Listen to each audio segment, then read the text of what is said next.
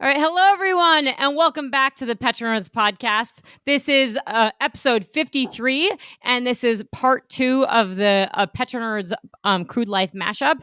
I'm joined by my guest, Jason Spiess. We had a lot of internet difficulties in the last time we recorded this, so you can clearly see that Jason is he's actually in an office room where he has internet. I am at my dining room table again, my natural studio with books and nerdy stuff behind me, and hopefully this internet will hold out and we can actually do this properly. So if you listen to the last one and you didn't seem like some of Jason's comments and questions of mine lined up perfectly, that's because we sometimes couldn't hear ourselves, and we just made it work. So anyways, that discussion was great. We did talk a lot about ESG. We talked a lot about image. I had some nice rants in there. Jason had probably a little less rants in there because his internet was cutting out. But I think it turned out well. And so this is an opportunity for us to follow up on all this stuff. And there's a lot going on. It is Friday, July 22nd, 2022. And before I get into what we're going to talk about and WTI prices, Jason, thank you so much for coming back on and welcome.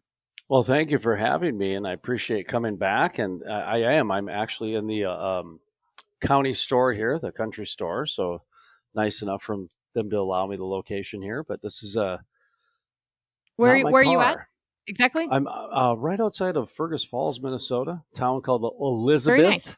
Yes, it's okay. We're actually, for the month of July, and we haven't really talked much about this, but for the entire month of July, the Crude Life has been doing our entire radio program, our entire podcast, our entire livelihood, if you will, off the grid, 100%. So we bought an office that has basically a garage or a shed, if you will, and it's wired up, ready to go, but it just has to be plugged in.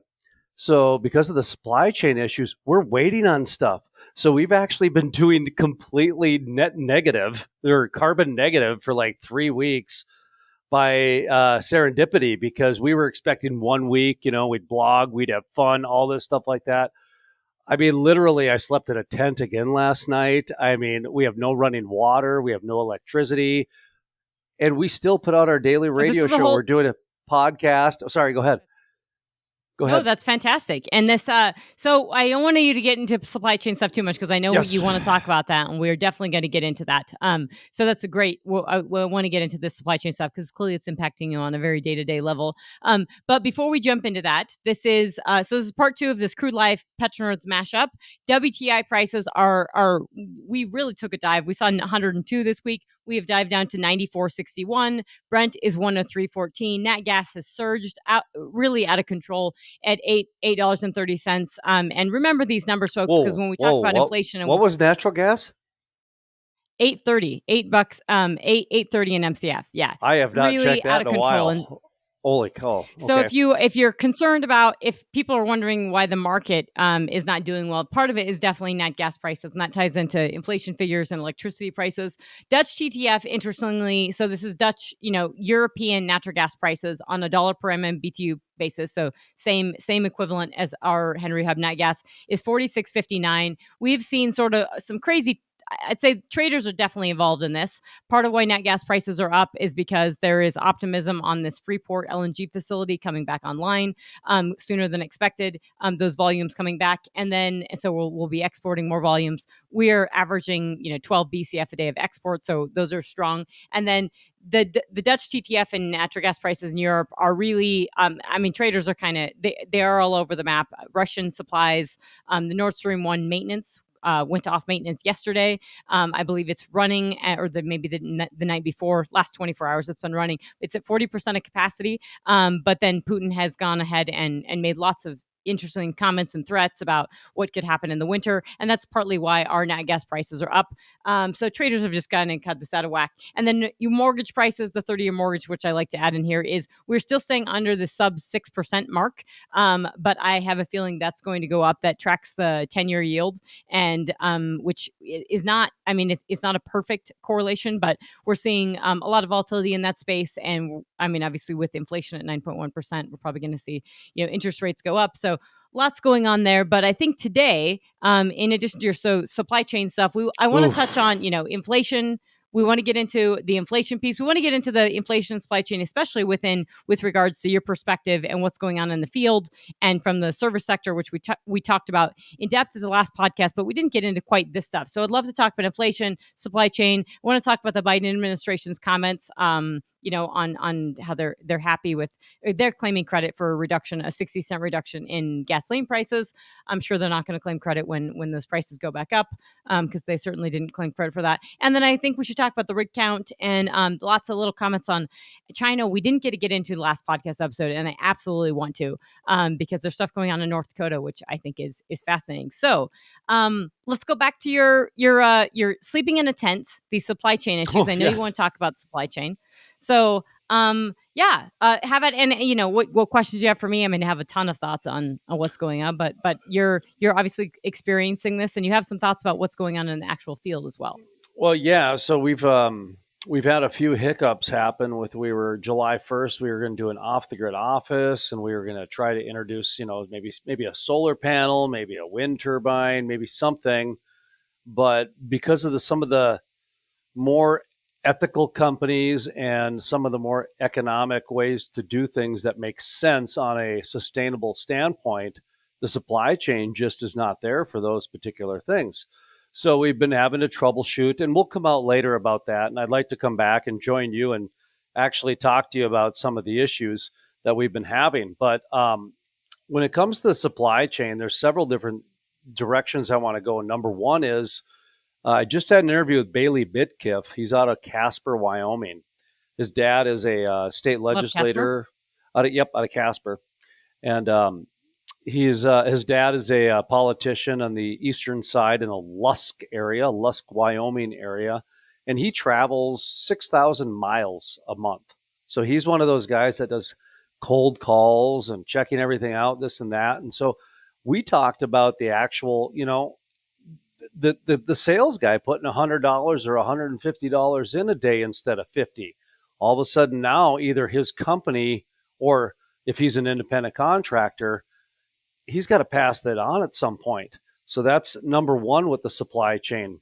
Number two, here's a gentleman who works in the heating and cooling industry who's kind of on the ground floor of things. If you want your air conditioning to work, if you want your heating to work, well, you need the heating and cooling and water people there. Are you ready for this, Trisha? Here's a text I got from an individual. Yep. No, that's okay, because I get a lot of texts from emails and all kinds of stuff from people.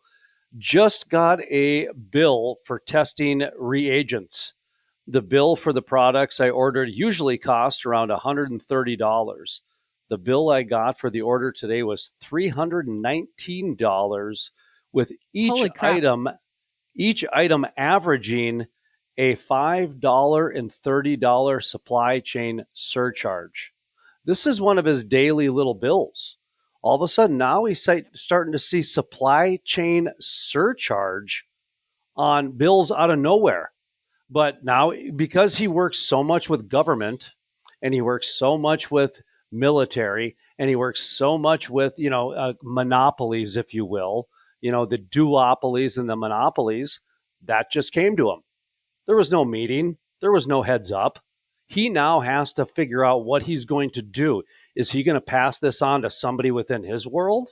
Is he going to now go into his savings? Is he going to tell his wife, hey, honey, can't go to yoga anymore because I now have to pay a surcharge that just showed up on my invoice all of a sudden out of nowhere? By the way, his wife actually is the office manager for the company. So she was the first one to bring the bill to his attention, ironically. So these are just two stories out of the last week and a half. Mm-hmm. Go ahead. I think I love that you bring in the Wyoming piece, because I think a lot of folks are sort of out of touch. I had some Zoom calls with some folks on the East Coast this week, and it brought in some East Coast perspectives, and I felt like the recession sort of, and even global picture, was a little bit out of touch. And I was in San Diego last week, and I that is a completely different, I mean, it's a bubble. I mean, seeing gasoline prices around $7 a gallon, and people just humming around and buzzing. I mean, it's definitely, there's a little bubble of life that people are percolating. And I heard just recently, just on the market before we logged on, was that Amex, American Express, has been talking about how they're doing, and what recession fears look like and everything. And for them, it's been quite positive, because a lot of the customers that use American Express business cards have a lot of money, and they've increased their business spending. So they've actually seen that do well. The problem is that we have so many other people in the rest of the economy. And I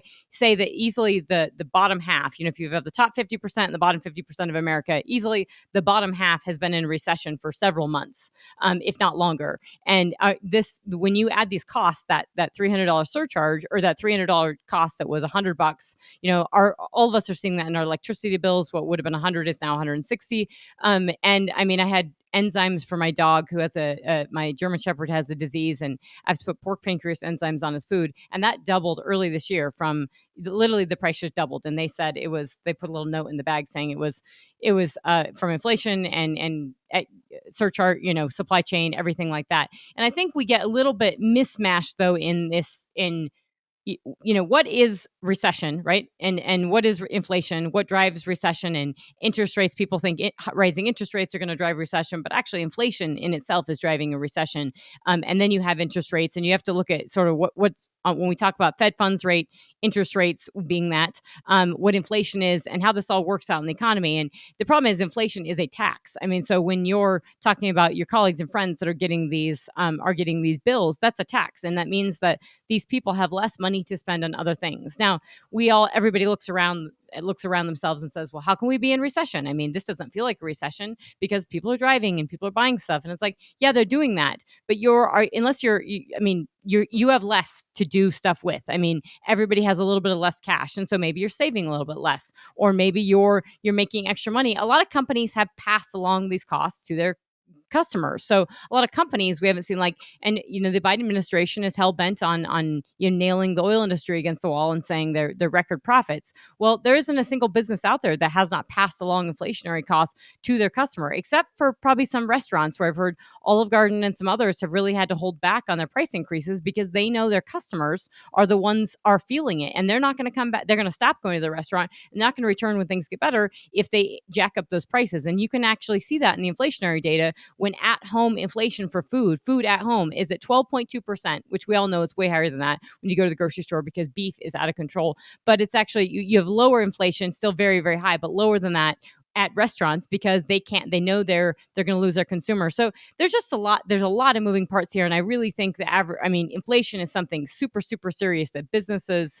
it's interconnected with a lot of things, but businesses and the average person has to, wrestle with, and there just need to be a little pushback. I mean, that's why, previous podcasts I've talked a lot about when people are pushing for wage price increases, you can push for that, and you can try to do that, but that, when you have wage price spirals, that leads to more inflation, and it gets things out of control. So it's all, this is really interconnected, and it's super, super serious. And so, yeah, if you drive a lot, my dad just took a job in Meeker but lives in Craig, and he decided to park his camper in Meeker and stay there, because that if he was to drive an hour back and forth, it doesn't make the math doesn't work on the actual with the cost of gas. Now, it would work if gas was significantly cheaper. You may be able to make that work, because rent would work out. But that's why I keep telling people that we haven't seen levels of inflation across the board like this, and high oil prices. And that is not just damaging for the US, but we're seeing that across the globe. And it's very, very serious, in addition to a food crisis globally, for what we're going to see in the next coming months. You're going to see it happen in all corners. In fact, when you mentioned your father with the camper, I was going to go a different direction until you mentioned that, because daycare is going to be a huge issue. I remember back Absolutely, when it already is, I think. I think it is too, but as the school year starts, that's when you're going to see it really come into play, because all of a sudden people now are going to have to go back into their routine, and summer jobs are going to end, and all of a sudden new routines are going to happen. And I remember when I had my first child and my only child, I did the math, and actually I went and I figured out, okay, if I was going to go work at this job, after I paid daycare, after I drove, after I did all the different numbers, basically I was going to make like $50 a month to have someone else raise my kid. So I became a stay-at-home dad, actually, because of those reasons. I think you're going to have decisions like that coming into the household again. People are now going to decide, okay, can one of us work from home and raise the kid? And can we do this? How are we going to make all this stuff happen? Because at the end of the day, someone needs to be there at 3 o'clock, not 5 o'clock, Well, three and that's where o'clock. I think that's where we've seen women really come out of the workforce. I mean, and this is something very, very serious for the oil and gas industry because we have Huge. women in the oil and gas industry, but we don't have we're at rock bottom lows for women in the oil and gas industry. Certainly on an executive level as well. But they've all come out because a lot of them switched left because of when oil prices declined, along with young men as well. But then across the board, women have pulled out of the workforce because they've stayed home to either have kids during COVID and stay at home with those kids during COVID, and the cost of daycare has skyrocketed. So they just make that math work. Well, the problem is that's also what we're seeing when we have, for every 2 job openings, we only have 1 applicant, and things get out of whack. And that's where, I mean, it's that this unemployment picture, and it gets even more serious. And we're talking about inflation and daycare and things like that, and doing the math. Well, most people have not wrestled with the idea that unemployment has to rise. It will rise. Like we've Hmm. seen it. So Google, Microsoft, Apple, Goldman Sachs, and even Ford is talking about most major companies are talking about slowing their sales being slowed down. They're going to slow hiring, if not reduce hiring immediately, and most companies are planning on cutting jobs. So we're seeing it always starts this way. You start hearing about it at the banks in New York, and then it sort of trickles down to the big companies. And then what happens is these companies have to follow each other, right? They see their peers doing this, and whether or not they see it in front of them, they sort of have to do it because they know the economy is slowing. So they're going to have to be cutting jobs because they were geared up for everything. And that has not trickled into the unemployment rate. And what happens with inflation and unemployment and interest rates, or they lag, and unemployment lags. So we are seeing, I've talked about this a ton, but we're probably going to have to see unemployment at least go above 5%, at the very least. We have 9.1% inflation. So, and interest rates are a fraction of that. We have not curbed inflation with interest rates. And so the Fed has to raise rates, and we are going to see unemployment rise. And that's really going to be the thing that people keep talking about. Oh, this recession is going to be soft, and the pullback's not going to be that bad, and it's going to be easy landing. And it's never, the Fed has never actually navigated a soft landing. They probably can't this time. And it's not just the Fed. I mean, the global economy is sort of imploding around us with a massive energy and food crisis abroad. And it's very, very serious. So these companies cutting jobs, I think, for when we think of couples and we think of families with children, and we think of all the spending that's going on, and how people talk about, oh, everybody has savings. The savings is not that high anymore. We're seeing credit card spending really, really go up. We're seeing payday loans go up, and short-term loans and stuff go up as well. And we have massive amounts of debt in terms of everybody bought very expensive homes during COVID in the last several years. And we have, averaging $1 trillion we've added to the debt level. So we have, the average mortgage has gone up, the average mortgage size has gone up,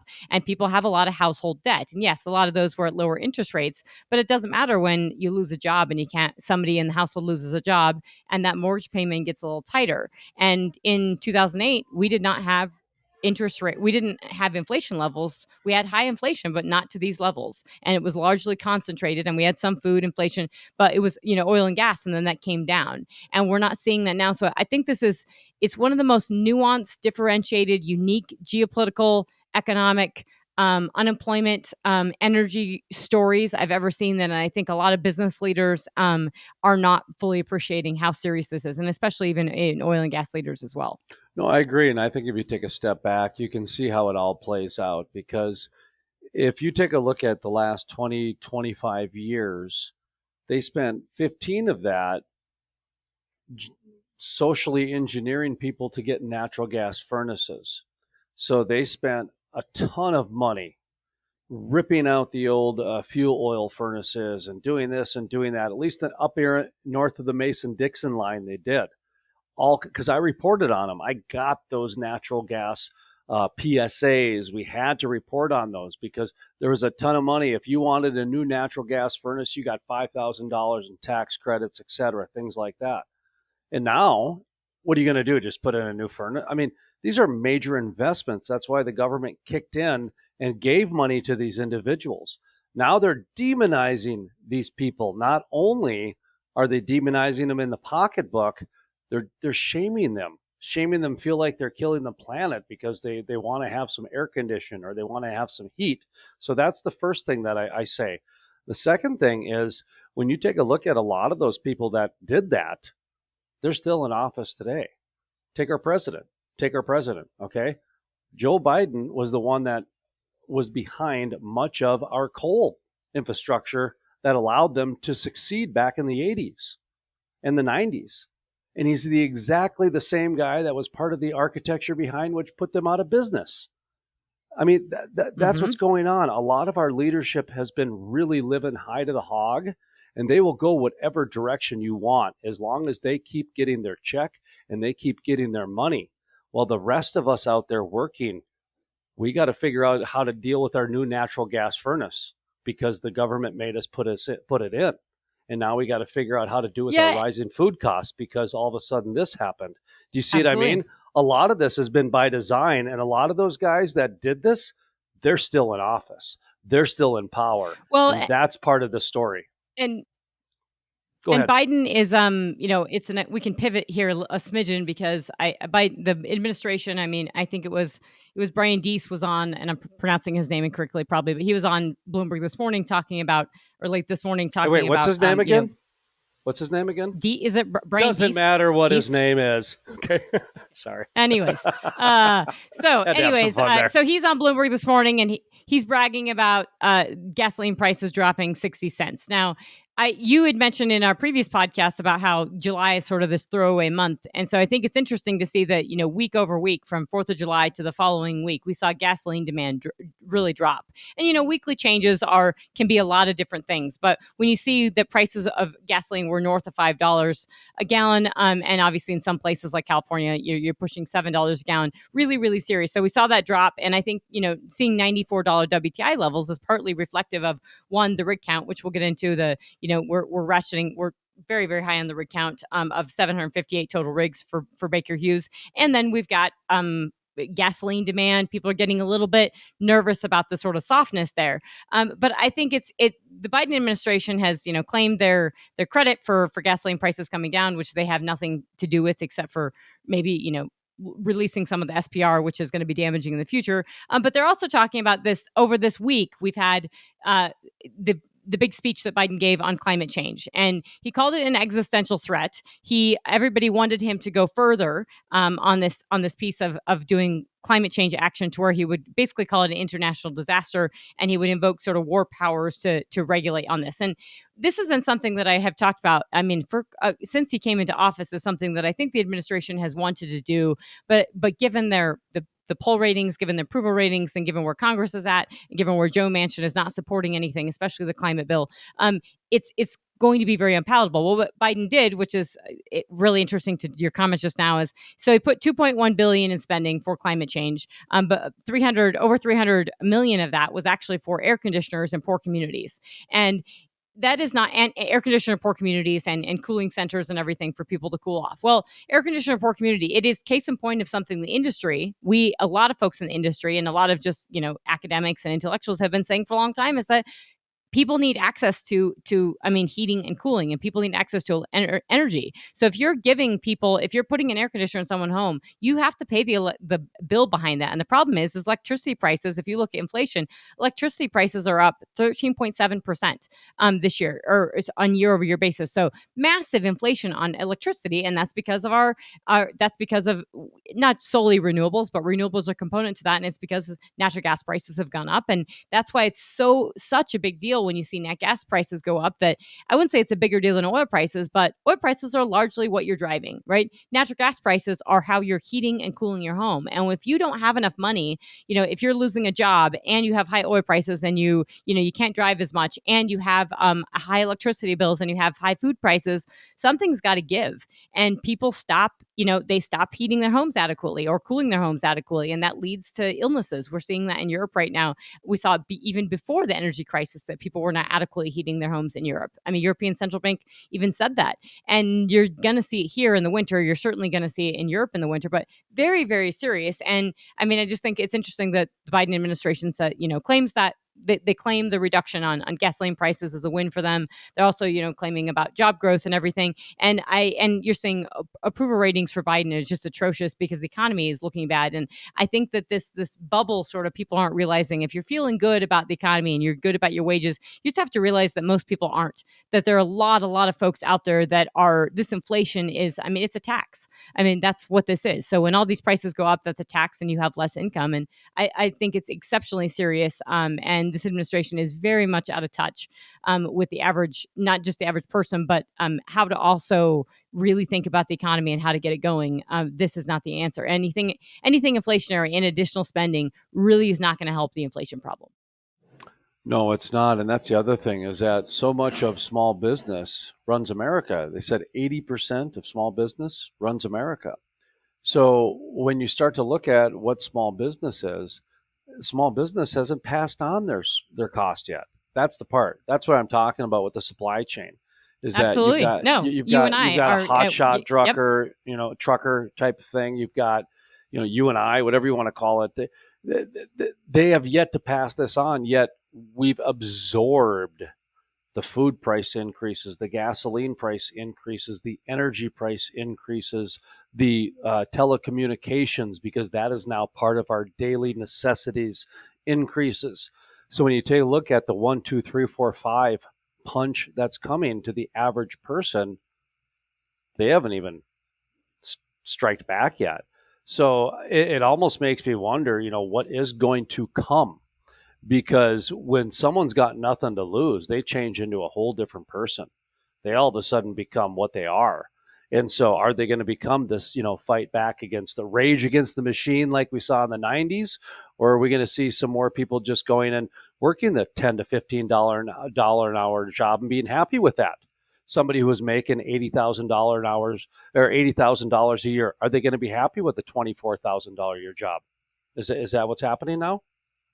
Go ahead. I see you nodding along. So you see what I'm saying? Yeah, no, those are really great comments, and I think that this nuanced piece of, and I talk with my family a lot about this because we see it in sort of Craig and Steamboat, where, and you see this in a lot of towns. So the realities of all this stuff are not quite matching up, and so the average person is having trouble wrestling with these inflation prices, worried about recession, but they don't feel it yet because they still see signs, right, at all these stores and stuff saying they're hiring. They're not going to be hiring for that long. The trickle down effect, it does happen. So when Ford stops hiring and they're cutting jobs, and Goldman Sachs stops hiring and they're cutting jobs, this trickles down quick, and it depends on, people are sort of thinking we're not going to have a black swan event and it's not going to be a big thing. There's so many factors out there from a crisis standpoint. Only one of them has to happen. And many of them are probably going to happen. An energy crisis in Europe is going to tank the global economy. And we already have the energy crisis, but winter in Europe, if they do not have enough natural gas. And so we saw European Union is trying to say they're going to have a 15% cut. So basically every country in Europe is going to say, hey, we're going to try to have a 15% cut of natural gas usage. Well, that's a pretty big deal because they're saying it's largely going to be the industrial sector. They're not going to ask homes to do that, but they're going to try to ask homes to do that. Well, 15% reduction is a very significant cut, which means industry, which means businesses don't have enough power to power stuff. They can't make stuff. They can't do stuff. That's going to be really, really restrictive on their economy, really restrictive to people of getting stuff. Talk about supply chain issues. If you're getting stuff out of Europe, it's extremely consequential. It's very serious. And so we have not felt the full brunt of in the US, we haven't felt the full brunt of sort of the European pull down. But I think in the US, when we think about these jobs, and back to the Steamboat Craig commentary, is that we had a lot of people, I think, bought homes in Steamboat during COVID, like everywhere else in the world. And then you had a lot of people getting pushed out of Steamboat, and so they bought homes in Craig. And Craig doesn't have a lot of jobs. Craig, Colorado does not have a ton of jobs. And it just, they're shutting down the power plants, and they're reducing on the coal mines, heavily being impacted by Excel and really stringent regulatory policies in Colorado, which I strongly disagree with and think is absolute ridiculousness. But that's happening. And so you don't have a lot of job growth going on in Craig. So, but it's out of whack because people can't get a home. They can't buy and sell their homes, and they can't do stuff because all these people from Steamboat were living in Craig. And that's the stickiness with that, is like, I think that's the acceptance of your 80,000 to 24,000. so many people have not been working, right? We do have a lot of people out of the workforce. When you have 2 job openings for every 1 applicant, there's a lot of people not working. You do have a lot of folks like my dad and others that are sort of in semi-retirement that want to actually go back to work, and they have to take a significant pay cut to what they're actually valued at.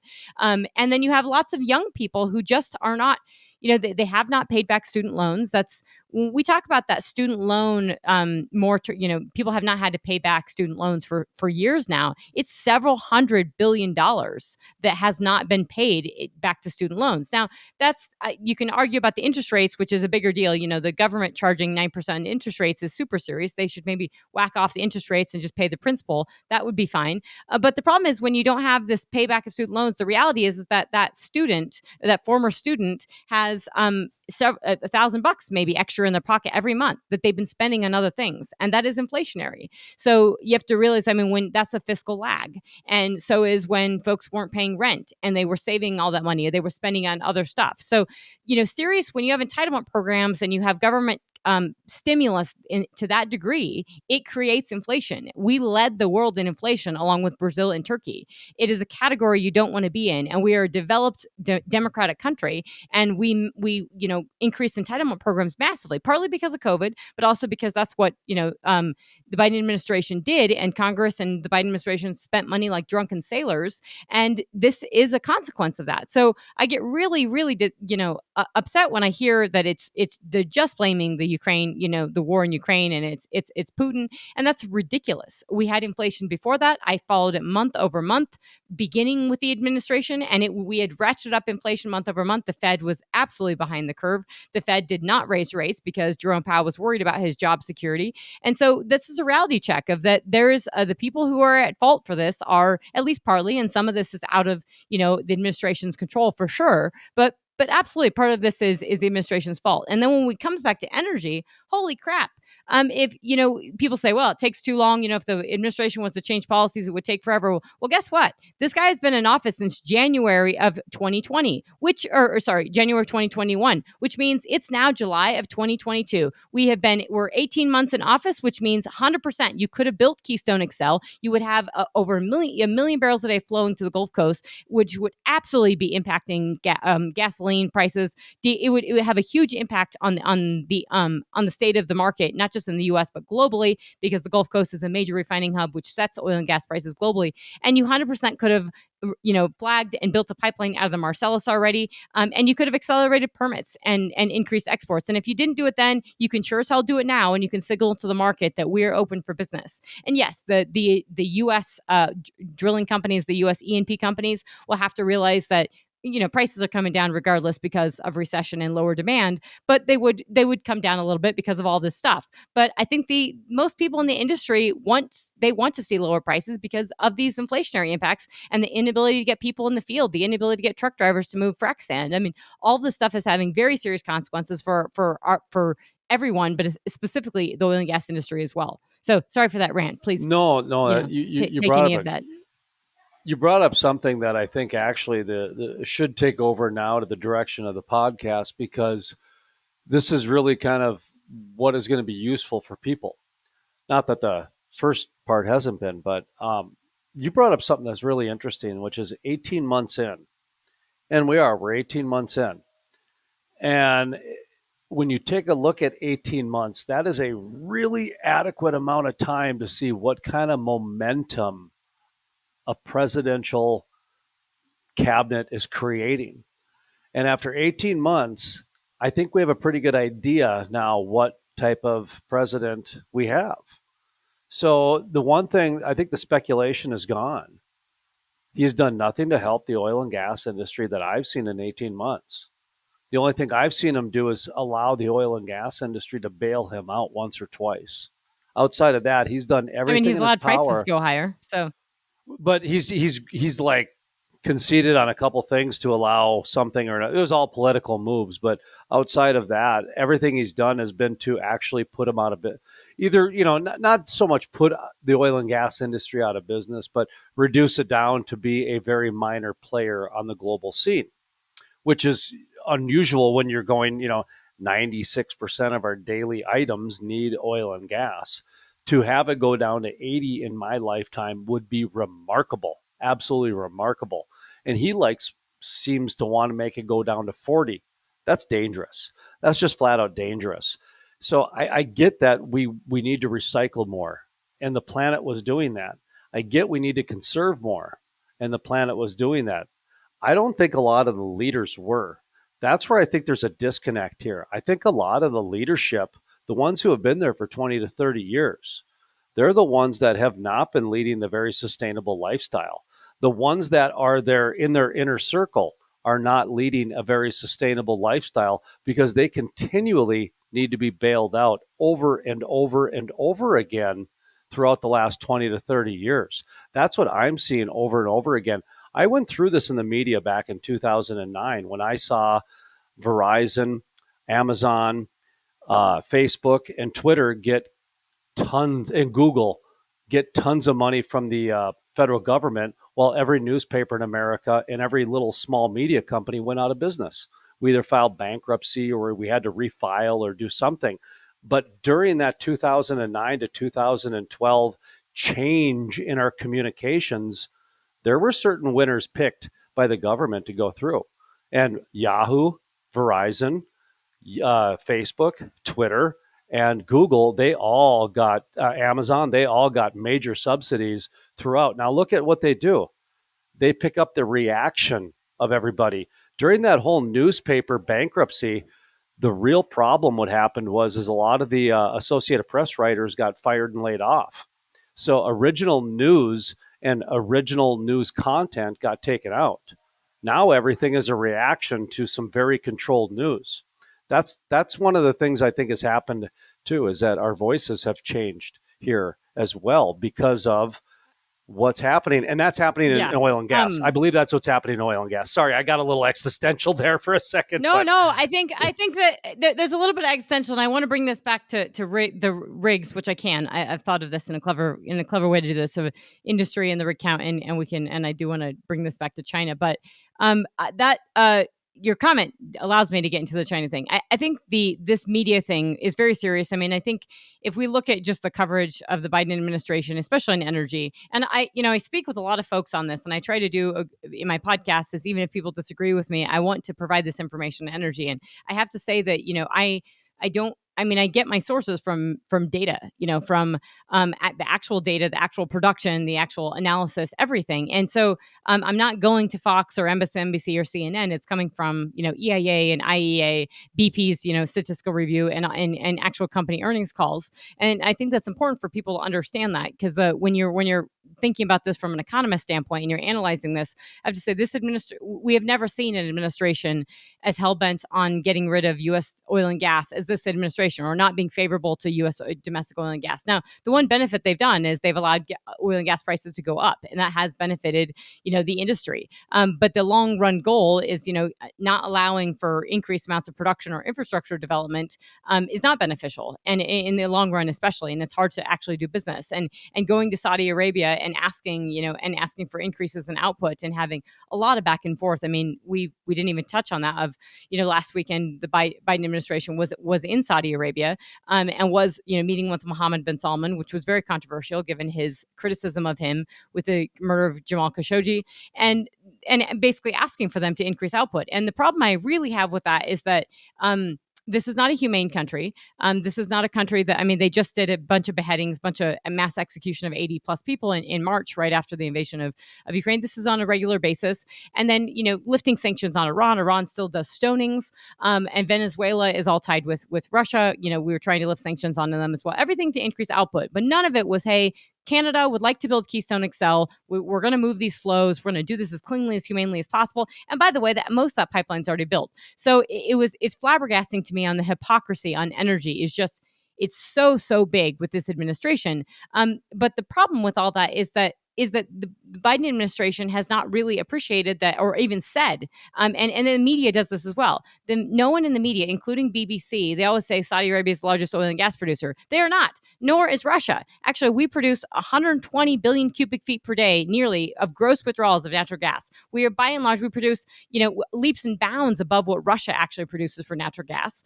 We produce more than that. We just don't export more than that because we actually use it. And our consumption of natural gas has gone up, and it's in the power sector, and it has reduced our emissions dramatically because we swapped coal for natural gas. I mean, it is the single biggest. I mean, we're one of the biggest reducers because we're second biggest producer of CO2 emissions, but we've reduced that massively, and it's been on a downward decline because of natural gas production in the U.S. because of the shale revolution, the shale boom.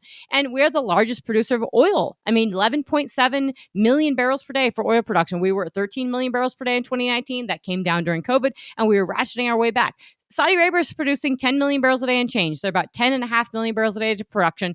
Russia is under 10.5 million barrels a day of production. So this is really serious of that. You don't even have major media sources, including the Biden administration, saying how much we produce in oil and gas. We're the largest oil and gas producer in the entire world. And that is a really, really serious thing because even just, owning that it's so important for geopolitics. It's so important for leverage and advantage. And it's something that I think, from a geopolitical standpoint and from a power standpoint, it's extremely serious. So going abroad and asking for more oil production because you're afraid to do it at home, you have to people just have to get away from their biases on energy and realizing that this is so much bigger than just the green agenda and climate change. There's a lot more factors at play, including people's livelihoods, including being able to turn on your heat over the winter, and whether or not people can afford their bills. And those things are coming home to roost now. They're going to be coming home to roost going forward. And media has a lot to play in that. And my bringing this back to China is that, China has done a really good job of influencing a lot of folks' media. I mean, and this is a very factual, it's hard to get good data sources on this, but China has a massive propaganda machine, and they do send a lot of articles to a lot of various media agencies. Italy is a big country that gets a ton of them. Europe gets a lot of them. And what they do is that these media agencies that cannot afford, they can't actually afford to write all these articles, or they don't have hired people. China's offering them for free. So Xinhua News and Chinese media agencies are offering free articles to these entities, and so they pull it in, and they give about 9 out of the 10 articles are factual or within line of reason, and then that 10th article would be just a little off the cuff, and basically that's how it's sort of permeated and infiltrated. I mean, even this administration has been talking about TikTok and the serious concerns with TikTok and data, and what's going on. And I listen to a ton of podcasts on China and everything, and TikTok keeps getting brought up and mentioned of when we talk about data and what's going on in the media space. So it's very serious, and it's not something that's going away, and it's something that's been. I mean, media is a really big deal, and I think actually the role of China in it is huge. And this is where I'm going to ask you, and I know you can jump in and comment on anything you want with that, but I do want to ask you about China and North Dakota. Yeah. Because I know I think you're familiar with this, but I don't know if a lot of folks and listeners are. I was pretty bothered by this, but China is looking to buy a good chunk of land, or they want to do I believe it's a grain mill and land as well in North Dakota. And there's an American who is apparently the CEO and says there's no wrongdoing here, it's no big deal. But the Chinese government is actually doing this. This is a Chinese company. So very curious as to your take on this, and what are folks in North Dakota saying? Well, a lot of people in North Dakota are not happy. They're certainly not happy about it, and a lot of it has to do with because a communist country is trying to come in and basically become a capitalist under the guise. So there's a lot of layers to this onion, I guess. There are some people that are pretty upset because it's that easy to where if you have a communist country or a country that has a dictatorship or has some sort of unethical, whatever democracy you want to call it, they can just be an investor then. Okay. Well, on one hand, it kind of bothers me, and we can get into some of the inner politics with the governor and some of the politicians, which does bother me, actually. It really bothers me. There's another farm as well that they're trying to start that has to do with not China, but a different foreign country. And no one's talking about that one either. And so we've What got is that 9. I'm not ready to talk about that one quite yet because I don't have all of my ducks in a row on it, but I've got some off the record notification that Saudi Arabia is behind one of our farms now in North Dakota. And so I guess I just gave it away. I'm sorry. I didn't mean to do that. So the question, the on this, so any detail you can provide. So basically, from my understanding, it's an actual farm or it's a grain mill, and it's near North Dakota's military, near some of North Dakota's military facilities.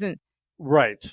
So there's that whole kerfuffle part of it too. I mean, but is that really an issue? I mean, you go down to Lake Charles and into Texas, and there's all kinds of European, and I believe Saudi Arabia bought a refinery down in Texas last year. You have the Motiva facility, but it's different than so there, I encourage people to watch. There's a couple. BBC has a special that you can watch you can download on Amazon Prime, as well as on there's a couple China specials, and there's one on Amazon Prime that's free. And I encourage folks to watch that, because if you watch it, there's when Xi Jinping first came to office, he actually came to Ohio, and it was a big deal because this was farming, and there was a gentleman that was in trouble for espionage. I mean, he fled. He was living in Ohio, and basically he stole a lot of seeds of work that farmers had done of engineering these plants to produce more, and this was stolen by the Chinese. This is notorious. I mean, the Chinese stole all of the most premier technology in the solar industry. They stole that from Germany, put the company under, and then they manufactured these solar panels in China and brought prices way down with forced labor and using coal and everything and subsidizing the industry. So they put them out of business. But this farm site is really big. So when I hear of, and this was a long time ago, this was around 2012, I believe, but you can watch these shows. They're great. And so when I think of even just a farm side, one, there is an angle for China. So people say, oh, it's no big deal. But one, are you that hard up for investment in the U.S.? So I think it's if you can't, if North Dakota needs it, and I know they want the jobs and everything, it's that, where's Bill Gates in all this? He seems to be invested heavily with China and he's doing everything, but and I know Bill Gates is doing various things, but finding other investors to come in and do this stuff, or multimillionaires, that if this is profitable, if this is going to really make money, other people would be interested in doing this. So when China's wanting to buy something that no one else wants to buy in North Dakota, you have to ask yourself why. And okay, we're going to stop here for a second, because Bill Gates has also bought 2,100 acres of land.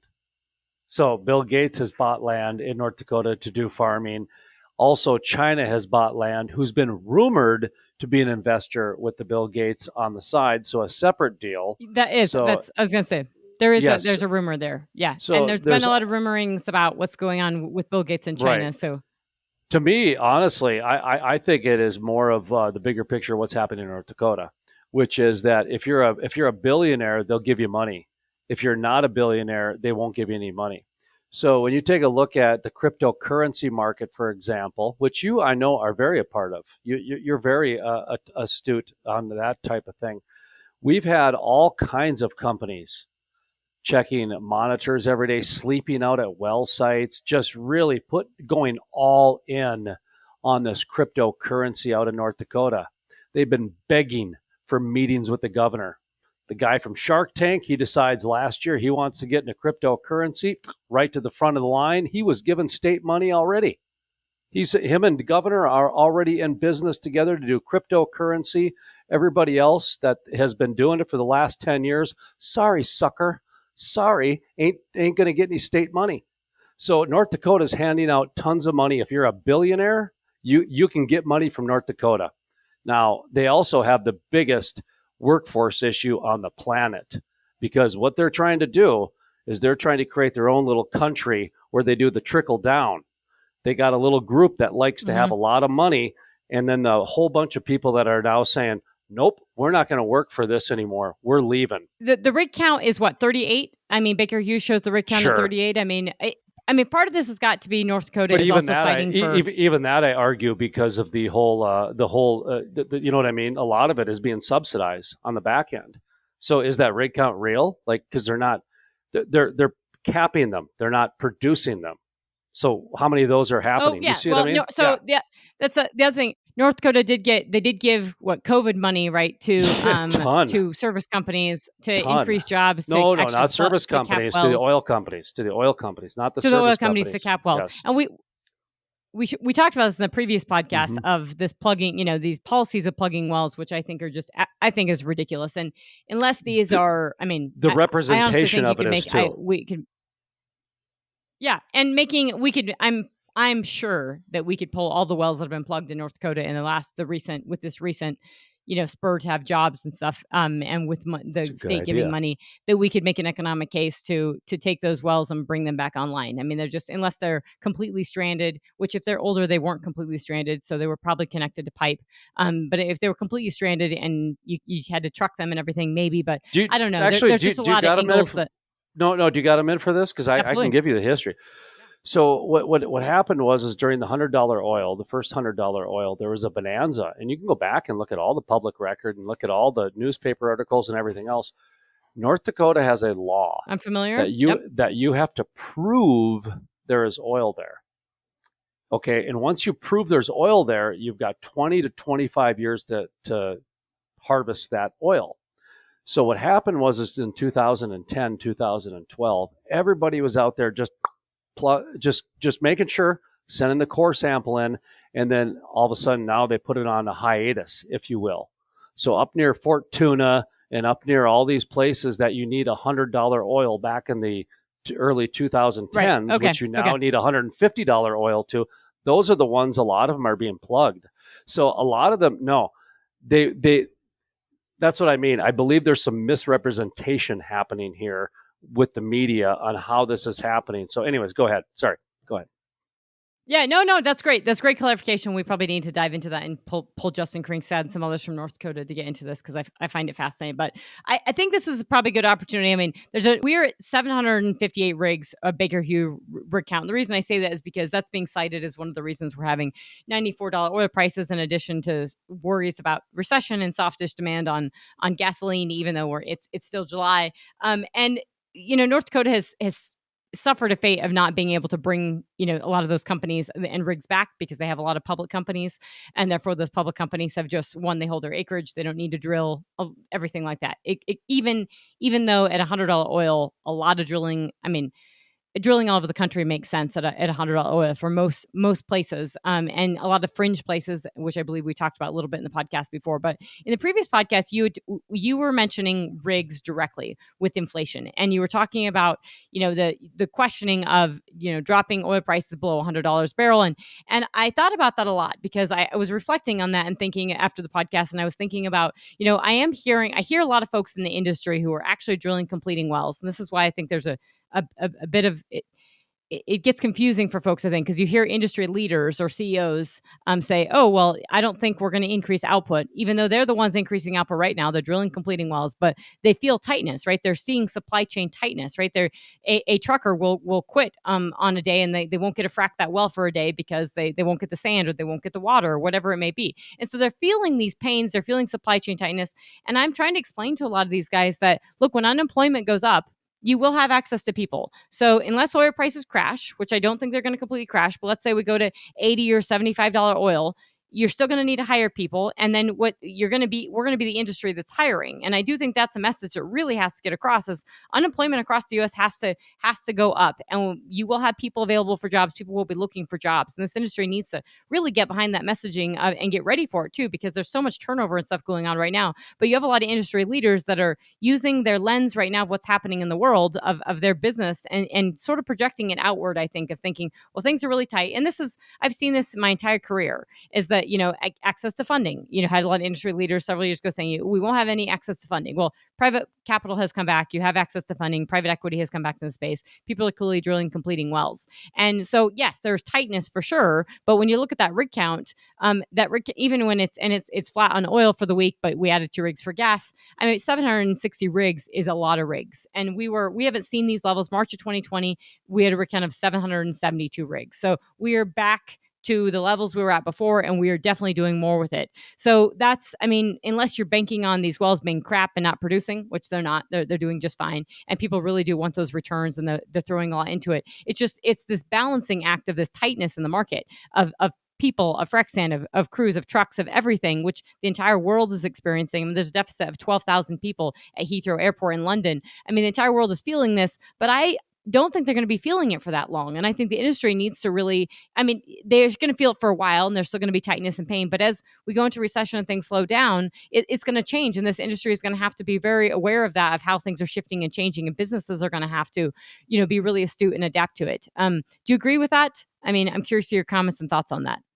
Well, I do. I agree with some of the things you were saying. In fact, one in a way to bring this home, I guess, and in conclusion, I'm glad that you went the direction you did because earlier you talked about some impending layoffs coming, and I agree with you. I agree that before November, we are going to have some major layoffs, probably in the oil and gas industry. So when I take a look at your comment, because like I said, I agree with you. Venmo just laid off a bunch of people. The WWE just laid off a bunch of people. Citibank laid off a bunch of people.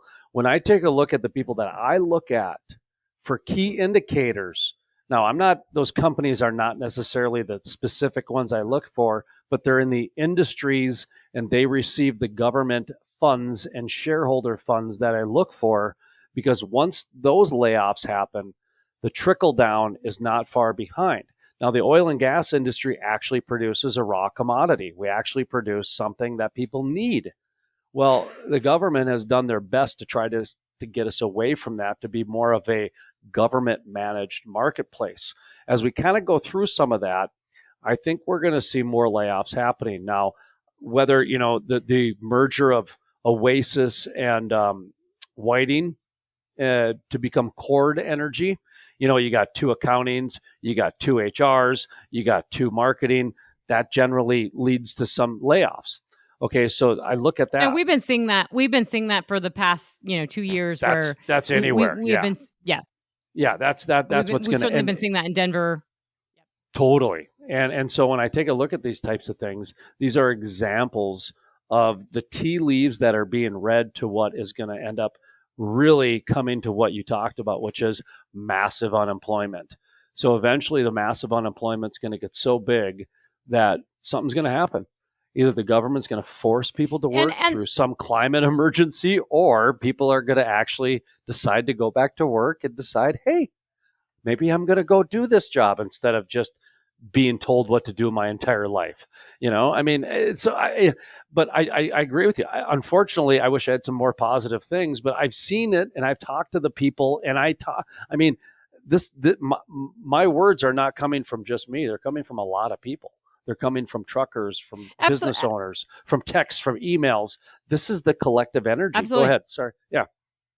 Well, so I just think I wish the industry, and I implore the industry to, hire people. And this is a shout out to me in my business, but anybody that does what I do that really understands the business, energy, economics, and, oil and gas, intimately understanding the U.S. oil and gas industry and understanding how all these macro factors impact your business. Because a lot of times I think they think it's so out there.